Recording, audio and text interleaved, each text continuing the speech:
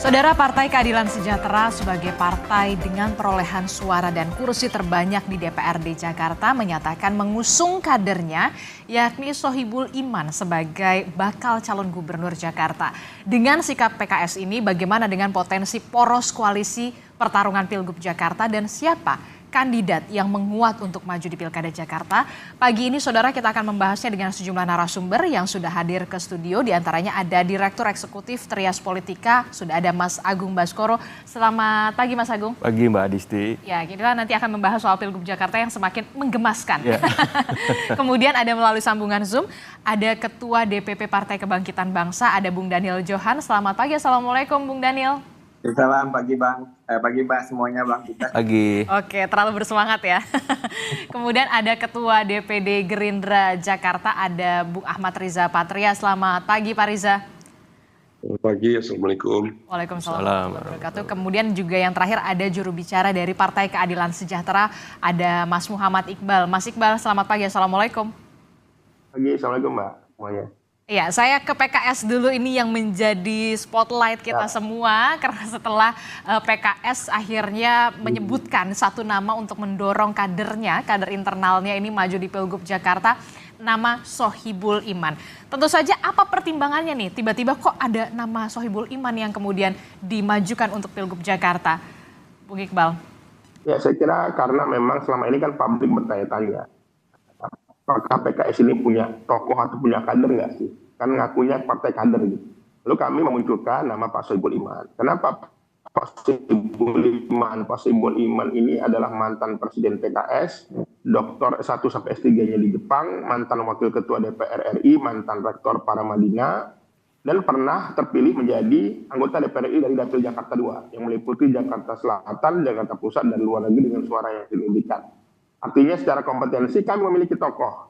Tapi lagi-lagi semua politik ini masih dinamis. Kita melihat nanti perkembangan karena Pak Anies belum juga deklar secara resmi untuk maju sebagai calon gubernur. Ya, karena PKS ini tidak bisa mengusung sendiri. PKS hanya memiliki 18 kursi. Sementara untuk maju itu perlu 22 kursi. Begitu kami menyiapkan berbagai skenario. Kalau ternyata Pak Anies berhalangan atau tidak berkenan maju atau ternyata tidak dapat dukungan dari partai lain, maka mungkin akhirnya Pak Sohibul Iman menjadi gubernur. Skenario kedua, kalau Pak Anies ternyata berlayar, dapat perahu, dapat dukungan, bisa dipasangkan dengan Pak Sohibul Iman. Artinya kami memiliki fleksibilitas dalam konteks ini. Jangan di framing bahwa kalau kita mengusungkan Pak Sohibul Iman lalu kita meninggalkan Pak Anies atau Pak Anies meninggalkan kita. Karena ini jadi framing yang berbahaya menurut saya. Karena kita dan Pak Anies ini memiliki kebersamaan yang sudah cukup lama. Yang kedua, kenapa kami harus memajukan calon dalam konteks pemilu kali ini? Karena dalam berbagai pemilu kami sudah banyak berkorban lah dalam tanda kutip ya. Ketika pemilihan Pilkada Jakarta 2019 kami menjadi ketua tim sukses. Lalu ketika Pak Sandi maju sebagai wapres, lalu kursinya kosong, kami juga tidak mendapatkannya. Lalu ketika Pilpres kami memiliki kesempatan untuk juga mencalonkan tokoh, kami juga tidak memajukannya. Kami memilih mendukung Pak Anies. Jadi memang sudah saatnya juga memang kalau kali ini, kesempatan ini, PKS di Jakarta juga memajukan tokohnya sebagai calon. Demikian. Oke, jadi nggak mau kena prank sampai 2 kali lah ya, intinya PKS begitu ya? Mas Iqbal? Ya, saya kira bukan prank ya. Artinya kami juga memiliki kesempatan, peluang karena kami sebagai pemenang.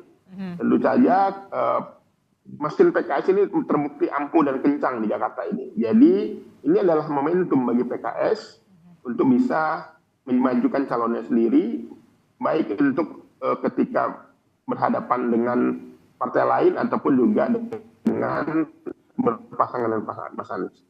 Oke, saya ke Bung Daniel Johan dulu sambil kemudian Bung Iqbal memperbaiki audionya karena memang agak sedikit kurang jelas di kami untuk menerimanya.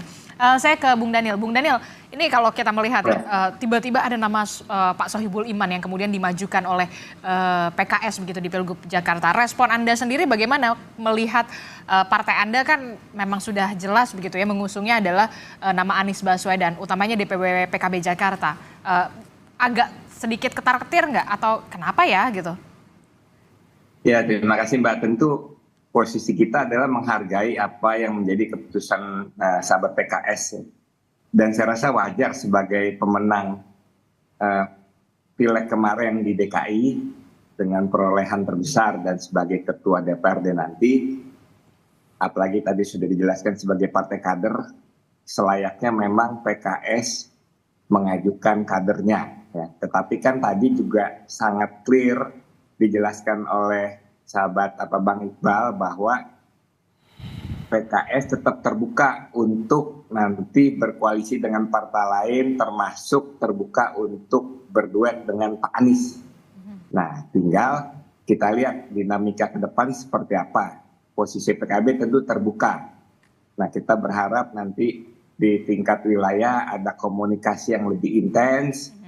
Dan sebenarnya kalau kita berharap dari DPW itu agar sahabat-sahabat partai yang lain yang memang merasa sevisi ya, yang menganggap Pak Anies itu layak untuk maju kembali yang kedua kali di dalam Pilkada DKI berikut, bisa menyatakan dukungannya, sehingga kalau misalkan dukungannya sudah dinyatakan, sehingga partai-partai bisa segera melakukan komunikasi yang intens, musyawarah untuk salah satunya misalkan menentukan wakil. Nah, dari situ sehingga langkah lanjutnya menjadi lebih jelas. Oke, tapi ini merupakan sinyal nggak sih sebenarnya PKS ini memang mau memajukan kadernya ini di Pilgub Jakarta? Berarti PKB, waduh jangan-jangan kita nggak bisa berkomunikasi lagi nih, udah nggak ketemu nih.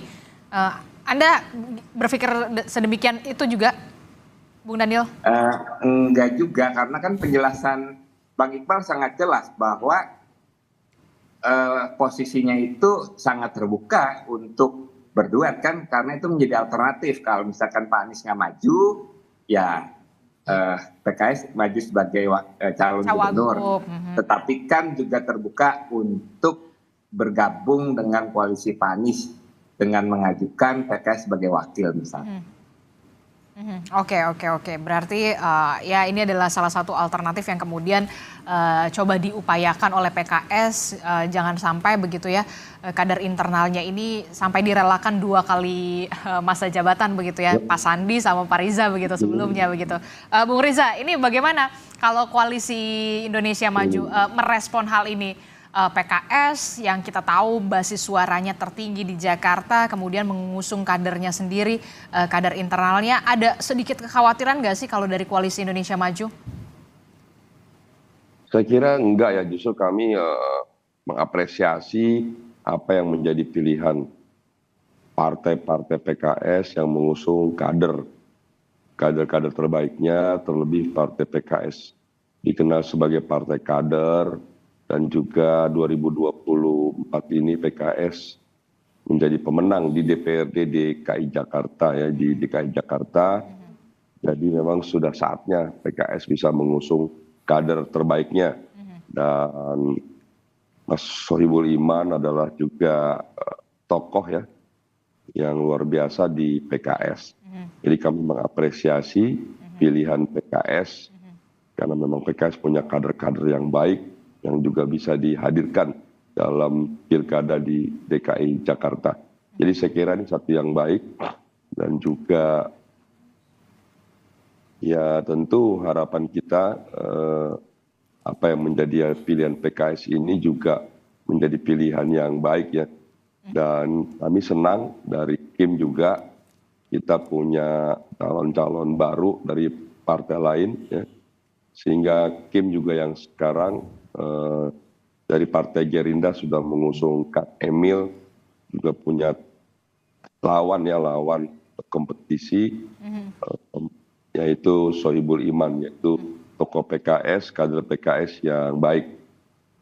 Tapi memang Koalisi Indonesia Maju memang sudah sepakat bulat kalau misalkan akan mengusung RK di Pilgub Jakarta. Tampaknya Golkar kemarin beberapa waktu lalu Bung Doli mengatakan RK ini memang cocoknya potensinya menangnya di Jabar, bukan di Jakarta. Ya memang Golkar itu merekomendasikan atau memberi surat tugas 2 ya kepada Kang Emil, yaitu di Jabar dan di DKI Jakarta. Nah, Partai Gerindra melihat Kang Emil tidak hanya kuat dan baik di Jabar, tapi juga kuat dan baik di DKI Jakarta. Itulah sebabnya kenapa Gerindra merekomendasikan atau mengusulkan Kang Emil juga maju di DKI Jakarta. Jadi saya kira tokoh-tokoh seperti inilah nanti insya Allah yang dapat berkompetisi di berbagai pilkada termasuk di DKI Jakarta.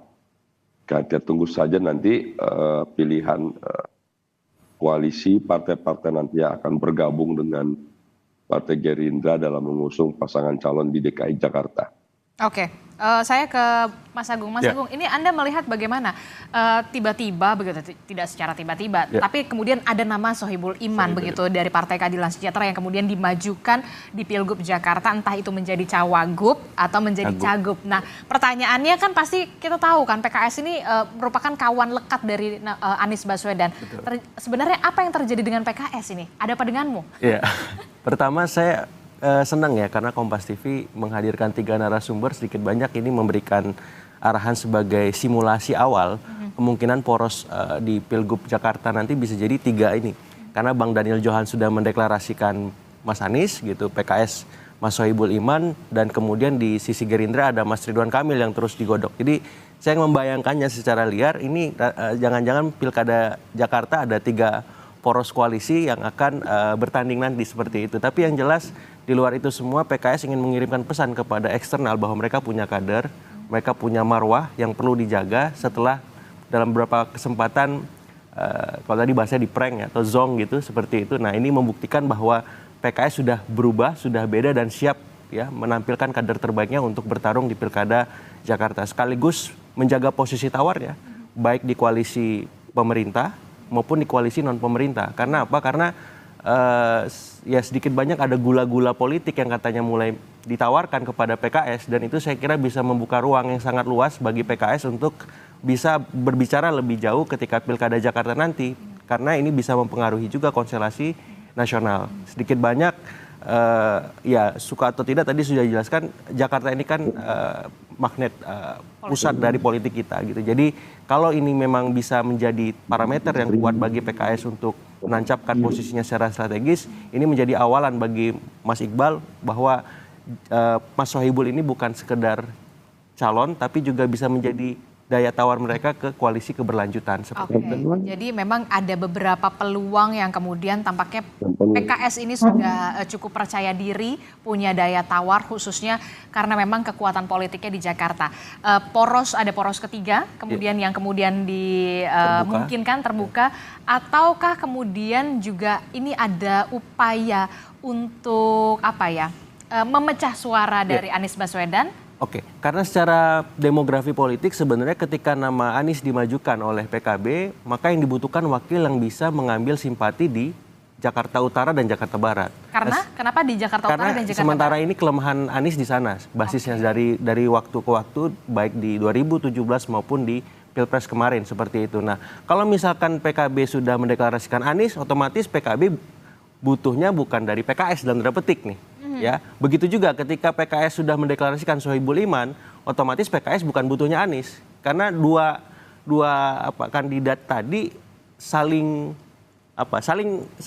beririsan ya secara massa gitu, tidak melengkapi. Nah, beda halnya ketika misalkan Ridwan Kamil muncul atau nama lain yang dimajukan oleh koalisi keberlanjutan seperti itu. Jadi paling tidak ini bisa punya kans untuk memenangkan Pilkada Jakarta tersebut. Tapi kita kan tahu ini PKS punya mesin yang tangguh, yang kuat ya. Dia bisa membolak-balik hasil survei berapa kali kesempatan seperti itu. Bahkan ketika Mas Sohibul dimajukan itu sebenarnya menguatkan, mengafirmasi bahwa fatsun politik PKS bukan sebatas elektabilitas saja, tapi ada akseptabilitas. Ini yang tidak biasa. Tapi ya ini juga bisa jadi plus minus gitu. Karena akseptabilitas dalam konteks demokrasi modern seperti sekarang itu punya penantang kuat namanya elektabilitas gitu. Kalau misalkan PKS tidak bisa mengkonversi akseptabilitas ini kepada mesin-mesin elektoralnya, bisa jadi PKS gigit jari nanti di Pilkada Jakarta, padahal mereka pemenangnya di sini seperti itu. Jangan sampai gigit jari untuk ketiga kalinya ya, karena hat-trick ya. Begitu, oke. Nah tadi menarik ya, Mas Agung. Anda melihat kalau misalkan sosok Anies Baswedan ini kurang elektabilitasnya ini di Jakarta Utara dan juga Jakarta Barat. Nah, kalau menurut Anda, siapa sebenarnya sosok yang paling berpeluang untuk menutupi kekurangan Anies Baswedan di Utara dan juga di Barat? Ya, kalau saya sebut nama Kaisang nanti bisa rame ya, karena kemarin sempat muncul nama itu kan, karena Kaisang ini kan pendorongnya PSI dan kita tahu basis PSI itu di sana kuat gitu. Dan saya berpikir kemarin ketika nama Kaisang muncul itu bisa menjadi sebatas jembatan rekonsiliasi ya. Tapi kan sudah dibilang Kaisang, tidak, gitu. Kaisang, Anies dan saya ini berbeda. Berbeda, tapi saya masih melihat masih panjang perjalanan 1 bulan dalam politik itu, jadi semua kesempatan masih dibuka. Ataupun kalau tidak nama Kaisang dimajukan, mungkin ada alternatif lain seperti itu. Tapi siapa nama alternatif lain? Mungkin saya bisa tanyakan ke Bang Daniel Johan nanti sama Bang Riza Patria, karena kans paling besar berkoalisinya sementara per pagi ini saya melihat bukan ke PKS justru Mas Anies. Ya justru PKS juga bukan ke Mas Anies gitu. Jadi ini semacam apa ya? Ya karena memang gaya tarik politiknya sama gitu. Jadi kalau misalkan mereka berkumpul, saya khawatir bisa kalah. Nah tapi kalau misalkan mereka berpikir ini punya kans untuk menang juga, ya it's okay. Tapi politik ini kan sangat dinamis ya, peta suara suka berubah, dan kita tahu bahwa basis-basis di Jakarta dan Jakarta Utara dan Jakarta Barat tadi memang tidak mudah untuk dimasukin oleh teman-teman PKS dan turunannya seperti itu. Jadi saya melihat memang ini menarik ya ketika PKS mendeklarasikan lebih awal, saya kira, karena memang saya berpikir mereka akan mengikuti alur dulu, baru di detik akhir menentukan sikap seperti itu. Seperti ya di detik-detik terakhir lah ya. Oke, saya ke Bung Daniel. Bung Daniel, ini gimana Bung Daniel? Tampaknya Jakarta Utara dan juga Jakarta Barat ini kalau misalkan cawagup dari PKS ini agak malah justru ada potensi bisa gagal lagi begitu. Anda melihatnya, jadi siapa nih kira-kira yang pas untuk di Jakarta Barat dan juga Jakarta Utara kalau dari PKB? Ya tentu dengan PKS cocok lah kalau memang akan berkoalisi nanti. Tetapi kan selain PKS yang sempat mendukung Pak Anies kan juga ada PDIP. Dan kita paham PDIP sangat kuat di Jakarta Barat dan Jakarta Utara. Dan saya rasa PDIP tidak kekurangan kader nanti. Kalau misalkan emang juga akan mengajukan sebagai calon wakil dari Pak Anies. Ya sempat muncul kan nama Pak Ahok, sebenarnya sangat baik. Cuma kan secara peraturan tidak boleh Pak Ahok menjadi wakil lagi. Dia harus hanya yang sudah jadi gubernur hanya bisa calon. Tapi Mas Agung berbisik kayaknya sulit deh. Gimana? Kenapa sulit Mas Agung? Ada aturannya kan Mas? Ada aturannya kan. Kalau Ahok ya, artinya kan kader lain. Kader lain dari PDIP kan sangat cukup banyak lah yang akan memperkuat kemenangan nanti di Pilkada DKJ. Tinggal sama Mas Anies berarti. Oke, baik. Saya ke Mas Iqbal. Mas Iqbal, ini gimana nih menanggapi dari analisa dari Mas Agung? Mas Agung mengatakan kalau misalkan Jakarta Utara dan juga Jakarta Barat ini perlu sosok yang agak berbeda begitu. PKS ini agak sulit masuk untuk di Jakarta Barat dan juga Jakarta Utara ini. Ya saya kira kalau tadi melihat peta bahwa memang di Jakarta ini PKS sebagai pemenang. Tetapi PKS tidak bisa memang mengusung sendiri. Makanya kita sedang mencari dinamika, ya sedang melakukan berbagai komunikasi politik dengan berbagai pihak, ya, dengan berbagai partai, termasuk dengan Mas Anies sendiri. Tetapi kalau seandainya Pak Anies dapat dukungan dari PKB atau Nasdem dan berpasangan dengan PKS, saya kira ini nggak melihat peta wilayah lagi.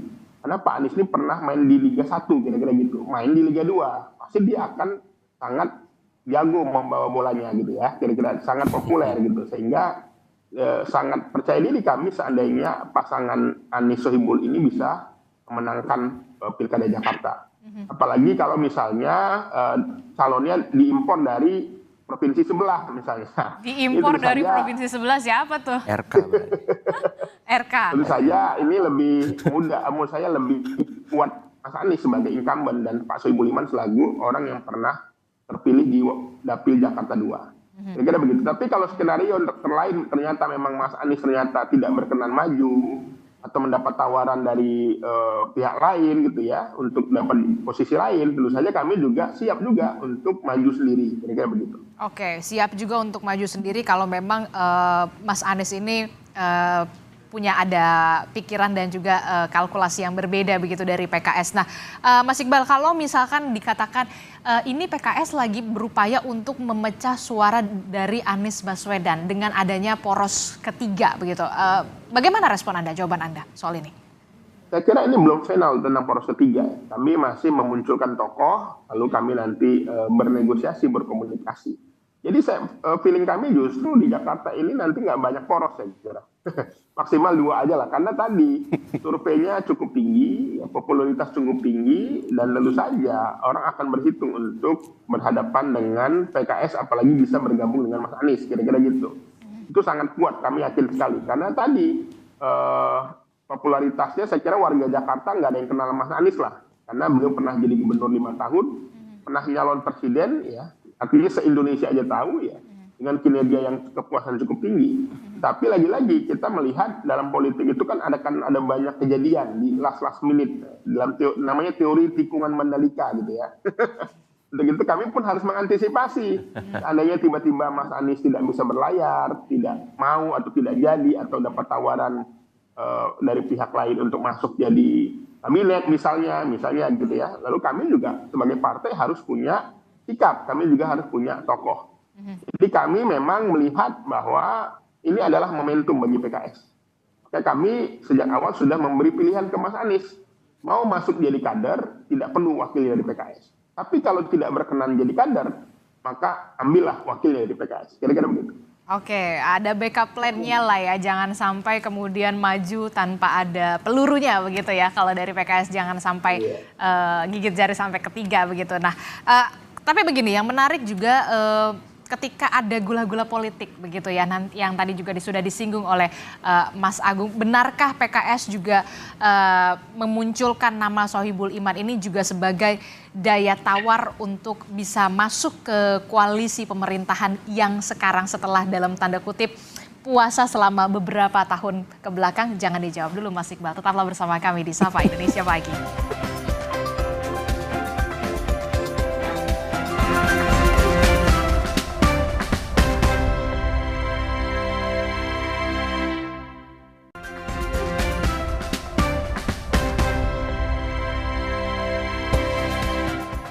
Terima kasih Anda masih bersama kami, Saudara, di Sapa Indonesia Pagi masih membahas soal bagaimana PKS yang memajukan kader internalnya, yakni dengan nama Sohibul Iman untuk maju di Pilgub Jakarta sebagai cagup ataukah kemudian menjadi cawagup. Masih membahasnya dari PKS, ada Mas Iqbal, kemudian dari Partai Gerindra juga ada Bung Riza Patria, kemudian dari PKB ada Bung Daniel Johan dan Mas Agung masih bersama kami di studio. Saya tadinya mau ke Mas Iqbal, cuma Mas Iqbalnya nggak ada ini. Oh ada. Mas Iqbal, justru Bung Riza. Mas Iqbal, ini gimana ya kalau ada yang mengatakan ini kan PKS sempat ditawari begitu ya, ada gula-gula politik. Apakah ini menjadi upaya dari PKS untuk mempunyai daya tawar untuk masuk ke koalisi pemerintahan Prabowo Gibran 5 tahun mendatang? Ya, saya kira kan semua dalam politik itu sangat dinamis ya. Tetapi saya pribadi nggak tahu tuh info dari mana ya tentang gula-gula ini. Tetapi mungkin komunikasi ada yang mewakili pihak A, pihak B ya. Kita anggap omon-omon aja lah. Kita anggap itu bagian dari gula-gula tadi ya. Gula-gula yang tentu saja belum tentu manis juga ya. Tetapi lagi-lagi dalam konteks Jakarta ini bukan hanya soal gula-gula. Ini soal PKS ke depan. Bagaimana PKS ini sudah dipercaya oleh rakyat Jakarta, ketua DPRD-nya insya Allah nanti dari PKS ya. Ini tentu saja momentum bagi PKS untuk menunjukkan kualitasnya. Karena tadi saat ini kita melihat PKS sudah banyak berkorban, sudah banyak mengalah lah. Dan ini adalah momentum bagi PKS di saat sebagai pemenang untuk bisa berkontribusi lebih nyata buat warga Jakarta. Oke, jadi udah nggak mau mengalah lagi begitu ya, udah nggak mau mengalah harga lagi, mati, harga mati begitu. Nah kalau Anda melihatnya gimana nih, Mas Agung? Ya kalau saya melihat semuanya masih bisa dinegosiasikan karena masih ada 1 bulan ya waktu untuk kita mencari tahu apakah poros koalisinya 3, 2 atau bahkan 1 misalkan. Tapi possible-nya 2 orang 3? Per pagi ini mungkin 2 lah ya. Tapi bisa saja mengembang menjadi 3. Kenapa? Karena saya masih melihat ada pengaruh yang sangat signifikan dari dua istana ya. Jadi sampai 20 Oktober ada Istana Merdeka yang berpengaruh, yang bekerja kekuatan-kekuatan politiknya. Tapi setelah itu ada Istana Hambalang namanya. Ya, yang berkuasa setelah 20 Oktober 2024 dan di situ berkelindan pilkada diselenggarakan 27 November 2024. Nah, kalau tadi misalkan Anies elektabilitas tinggi, tapi kalau tidak senafas dengan dua istana ini bahaya Bang Iqbal. Ya, karena ada kutukan petahana juga namanya. Ya, kalau 2014 kemarin ada Jokowi efek, ya. 2017 ada 212 efek. Nah, kalau 2024 ini prediksi saya ada istana efek namanya. Nah, kalau Mas Anies tidak membaca ini atau PKS tidak membaca ini bisa menjadi sebuah bumerang politik nantinya. Sehingga mau tidak mau, kenapa PKS tiba-tiba melakukan manuver tajam ya, mengagetkan lawan dan kawan mungkin juga seperti sampai itu. Sampai ngepot-ngepot ya. Saya kira ini bagian dari membaca arah angin politik istana tadi. Ya, karena suka atau tidak, ya PKS kan puasa terus nih. Kan nggak gampang, puasa Daud aja berat ya, sehari puasa, sehari lepas. Apalagi 2 periode. Iya, gitu ya. Masa nggak buka-buka ya, kan? itu. Nah saya kira nanti bisa kekurangan gula. Nah, kecuali PKB kan udah nyaman kan seperti itu. Sehingga memang arah-arahnya bisa jadi agak berbeda dari istana dibanding dengan PKS. Makanya saya melihat PKS dan PKB ini mungkin bisa jadi akan kemesraannya akan berakhir di Pilkada Jakarta ini. Ada kemungkinannya gitu, walaupun nanti kita uji 1 bulan ke depan seperti apa. Nah yang kedua, saya melihat memang PKS bisa menjadi kunci bagaimana peta koalisi nanti akan terbentuk. Karena apa? Karena PKS punya basis yang jelas. Tadi kalau saya bilang Jakarta Utara, Jakarta Barat, maka di luar itu PKS punya kunci-kunci suara yang basis yang jelas. Siapa yang memegang PKS, maka dalam tanda petik kemenangan bisa dipastikan mungkin di atas 50-60%. Tapi kalau ini tidak dilengkapi, hanya sebatas mengandalkan mesin PKS saja, ini bahaya. Gitu. Kemenangan yang di depan mata tadi bisa luput dan ya siap-siap Jakarta punya pemimpin baru seperti itu. Gimana Mas Iqbal? Saya masih fokus ke PKS dulu deh sebentar. Singkat saja Mas Iqbal, soal adanya istana efek, terus kemudian ada kutukan petahana, jangan sampai PKS salah strategi. Ya saya kira Jakarta ini adalah pemilih rasional ya. Artinya pemilih rasional itu dia akan tidak terlalu ngaruh lah kalau mau salah istana efek, siapa efek. Mereka akan memilih apakah calon ini memiliki kapasitas, memiliki pengalaman, dan memiliki rekam jejak yang baik. Saya kira warga Jakarta adalah orang yang tidak mudah dipengaruhi. Mereka memiliki rasionalitas yang tinggi. Makanya PKS juga selalu menang di daerah-daerah yang rasionalitas tinggi. Di daerah yang berpendidikan tinggi, di daerah perkotaan ya. Kita menang di beberapa kota, di beberapa provinsi, itu juga di daerah-daerah yang memang basis-basis di mana di situ masyarakat rasional, pemilih rasional. Jadi kami optimis sekali dengan peta demografi Jakarta, dengan keragaman Jakarta, dan PKS optimis bisa diterima oleh warga Jakarta. Oke, saya ke Bung Riza. Bung Riza, ini kan karena tadi Mas Agung sudah menyinggung-nyinggung soal istana efek begitu ya. Nah, nama Kaesang apakah juga memang sudah dimajukan untuk menjadi strategi yang sudah dikatakan sudah mendapatkan lampu hijau juga dari istana, baik Istana Merdeka dan juga Istana Hambalang, Bung Riza? Iya, nama Kaesang memang awalnya justru disampaikan oleh teman-teman dari PKB ya. Yang kebetulan PSI kan bagian dari koalisi Indonesia Maju ya. Tentu bagi kami Mas Kaesang termasuk calon yang memiliki potensi ya di beberapa daerah termasuk di DKI Jakarta. Nanti koalisi Indonesia Maju tentu akan menginventarisir ya beberapa nama yang potensial termasuk Mas Kaesang. Jadi saya kira Mas Kaesang punya peluang dan kesempatan potensi yang besar ya. Juga dibandingkan nama-nama lain nanti yang mungkin akan muncul. Jadi sekali lagi kami berterima kasih pada teman-teman PKB yang justru lebih awal ya mengusulkan nama Mas Kaesang di DKI Jakarta. Bagi kami sekali lagi nanti akan kami diskusikan lebih jauh, kami godok nama Mas Kaesang. Nah ini kan kalau kita lihat ya, Gerindra ini kan juga punya posisi daya tawar yang kita tahu cukup tinggi juga begitu ya. Tidak hanya di Pilpres tapi juga di Pileg. Nah kalau misalkan dari kader internalnya sendiri sebenarnya punya nggak sih memang kader potensial yang memang juga dimajukan sejumlah nama. Siapa sajakah mereka selain mungkin Kaesang juga bisa dikatakan adalah kader dari Ketua Umum PSI yang memang cukup potensial untuk maju di Pilgub Jakarta. Ya, pada bulan lalu DPD DKI Jakarta juga sudah diminta oleh DPP untuk mengusulkan nama ya dari internal ya. Kami sudah mengusulkan 4 nama, yaitu Mas Budi Jiwandono, Mbak Rahayu Saraswati, dan Mbak Rani Maulani, dan saya sendiri Ahmad Riza Patria. Kami mengusulkan 4 nama yang bisa diusulkan dalam Pilkada DKI Jakarta. Namun demikian kami DPD DKI Jakarta dan saya juga pribadi kader yang patuh dan taat mengikuti apa yang menjadi keputusan pimpinan partai Gerindra di DPP. Jadi sekali lagi kami semua kader partai Gerindra di seluruh Indonesia selalu dan terbiasa untuk patuh dan taat mengikuti kebijakan partai. Jadi sekali lagi siapapun nanti yang akan diusulkan oleh DPP partai sebagai calon gubernur maupun sebagai calon wakil gubernur, kami tidak hanya patuh taat dan mendukung, tapi kami juga akan bekerja keras secara maksimal dengan sumber daya yang kami miliki untuk memenangkan Pilkada DKI Jakarta. Sebagaimana kami juga sebelumnya di 2012 bersama dengan Gerindra bersama dengan PDIP memenangkan Pak Jokowi Ahok, dan 2017 Gerindra bersama PKS juga memenangkan Mas Anies dan Mas Sandi. Jadi insya Allah nanti 2024 ini Partai Gerindra dengan Partai Koalisi juga akan memenangkan pasangan calon yang diusulkan oleh Partai Koalisi DKI Jakarta, khususnya Gerindra dengan Partai Koalisinya. Oke. Saya ke Mas Agung. Mas Agung, ini kan kalau kita lihat ya, Gerindra ini sebenarnya punya kader-kader potensialnya. Bahkan tadi Bung Reza mengatakan ada 4 nama yang memang sudah disorongkan, salah satunya Bung Reza, Rahayu Saraswati, kemudian Budi Jiwandono begitu ya.